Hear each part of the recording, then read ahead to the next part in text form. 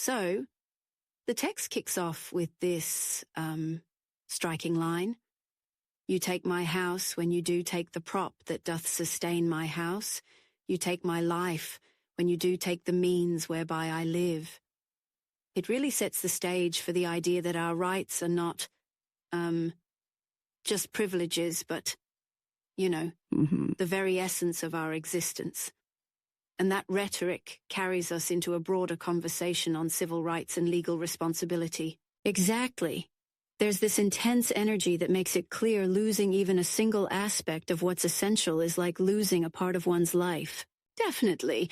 It's like, not just a legal point, but a moral outcry against anything that takes away our very ability to live.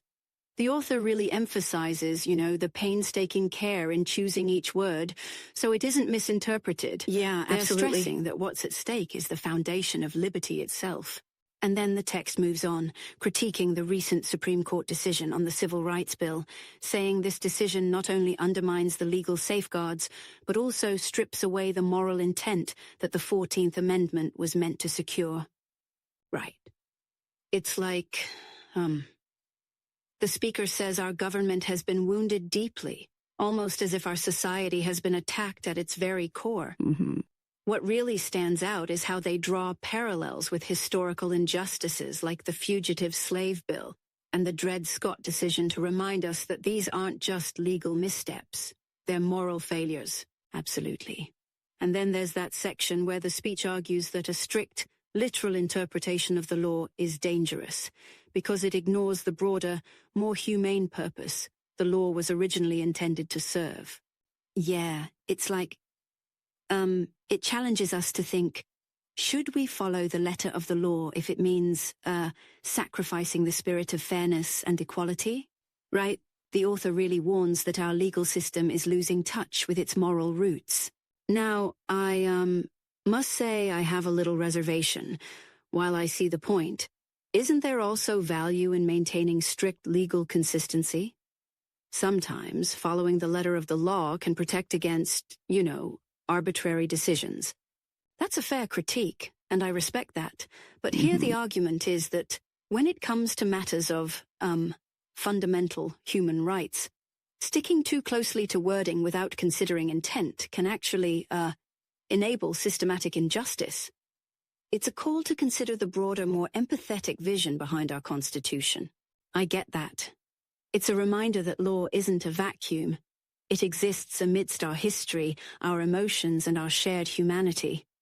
Exactly. Plus, the text paints a vivid picture of the consequences. How the decision leaves millions defenseless, exposing the cruelty of prejudice and moral decay in society. Yep. It's like a moral cyclone sweeping across the nation, warning us about the destructive power of injustice. And it doesn't stop there. The speech also challenges the very notion of respect and the misplaced reverence for power. It argues that government must earn respect by protecting rights, not by, enforcing a system that allows individuals to violate them. Right on.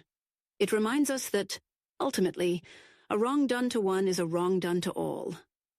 Every instance of injustice ripples through our society and undermines our shared freedom. It's a powerful call to reflect on our values and, ensure that our legal interpretations honor both the letter and the spirit of our foundational principles. Such a compelling piece. It leaves you with, a deep sense of urgency about protecting the rights and dignity of every citizen. Indeed, it's a wake-up call, an invitation to ask ourselves, are we truly upholding justice for everyone? Absolutely. And that, ultimately, is the challenge the text lays before us, to bridge the gap between law and human decency.